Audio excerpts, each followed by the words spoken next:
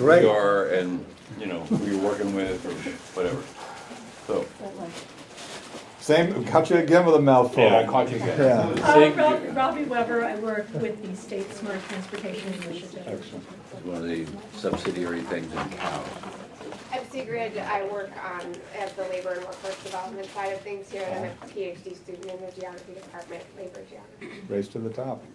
I'm Michelle Mackey. I work with the State Smart Transportation Initiative and also workforce development. Jody Canals, I just started. I'm working on Alice, Counter Alice. I'm Matthias in the sociology department too. I work with Joel and Laura. I'm Michelle. I'm from Alice. I'm Molly. I'm a sociology grad student and working on Alice. James Irwin. I work at CAL's on energy efficiency programs and policy. My name's Sam, and I'm working on the Alice project as well. Ido, also at Cal, is working with Joel and Laura, and a sociology grad student. Hey, I'm Randy. I'm in community and environmental sociology and also UW Extension. And I'm Amy, and I'm the past director for the Grassroots Leadership Coach and general volunteer and activist about town. I'm Nate, also at CAL's. I'm working on Alice. I'm Laura at CALS. I work with these people. And Yeah. they're saying Alex? Alice, it's a relatively new project. We did a version of it about 8 years ago that never got funded, so we crashed it. But it's The legislative project. it's American Legislative Initiative Campaign Exchange. That's Gotcha. It's Alex. Okay, so- Sassy's younger sister. Yeah, the idea is, Gotcha. you know, yeah, smarter, nicer, kinder, a little bit less white. Joey, are you and younger Lauren going to sister. introduce yourself? My name is Joey, and I'm working on a documentary about ACORN-related issues. Are you Joey Atlas or No, not Joey not Carey. Joey Carey, all right. I actually just briefed him a minute ago. I'm also working with Okay, so I think Wade Rathke's brilliant, storied career as an organizer, a man about town, you know, peaceful, democratic, revolutionary, and great American probably precedes him. We're delighted to have him here. I think Wade was the first of the, what do we call them, activists in residence at the Haven Center. I was. Here in Madison. It's wonderful to be back. I think that's what I'm supposed to say. I love being back in Madison. Right. And I've known Wade. I think they retired the program shortly after I was the first activist in residence.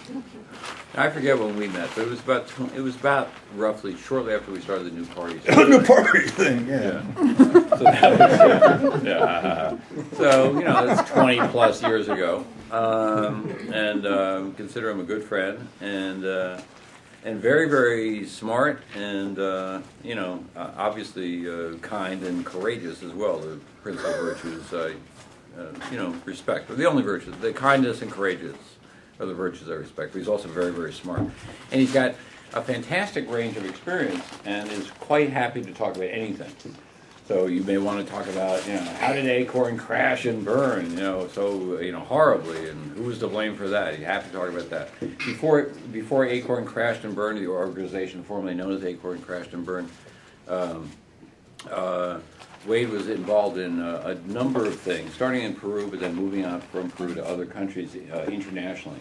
Sometimes, you know, following former ACORN people, sometimes precipitating things. He's doing stuff now all over the world, in India and you know, other parts of South Asia, a lot of stuff in Latin America, etc. So there's a lot of international stuff, and you know, he's a very reflective guy, and so deeper questions you might have about, all right, so what is, you know, having done this for 40 years, what do you think, you know, what is the essential elements in community organization or social movement building, or how much do you need to institutionalize, how much can you predict, how much you can't?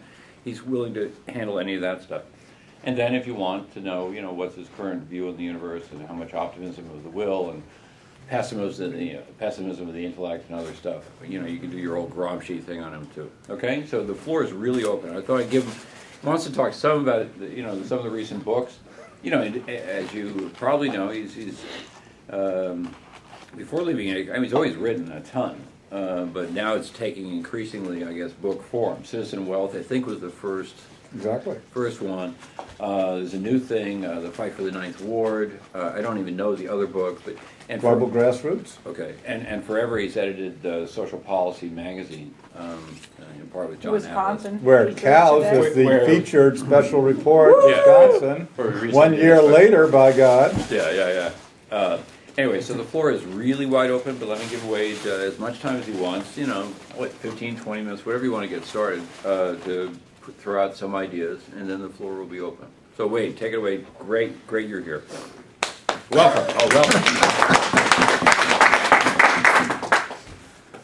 Well, it's always an experience to survive a Joel introduction, but since so many of you are here with cows, that was what? That one went well, I thought. No, I thought it was very good too, but nonetheless, it's good to survive these introductions. You just never know exactly what you may find that you're talking about, whether you'd known you were going to talk about it again. But luckily, I'd already told him there was nothing off the limits. Everything was on the waterfront. So, great to be back in Madison here in the winter. I was here last when I was a Havens activist in residence. I was here in what was supposedly the fall prior to Halloween, and I had 2 young children at the time, and brought my compañera as well, and we thought, hey, fall, Midwest, we're from New Orleans, we live in New Orleans, won't that be wonderful? Like the leaves will freezing cold. I have a Land's End jacket that I had to buy here in order to survive going back to New Orleans. That is still my version of a winter coat. Now they have Polar Tech you put inside as well. But so yeah, we froze to death. My partner says that this is where my daughter learned how to read, and I think it was because they were housebound the whole 3.5 weeks I was here. But and the weather seems not to have changed at all since I was here. So it's actually in New Orleans where I live. It's spring is long past. We're in the early weeks of summer. The Jazz Fest is coming. It's that kind of a community. But I'm glad to be here, and everybody was so generous to offer people lunch in order to live through our little discussion. I see this, the reason I do these things is a couple, and I'll just be very transparent about it. One, I do like to hear and listen to what other people are thinking about organizing. And your community is not a community I deal a lot with. I've always worked with membership organizations of low income, sometimes moderate income folks. I've run a labor union for a long time, of service-based workers.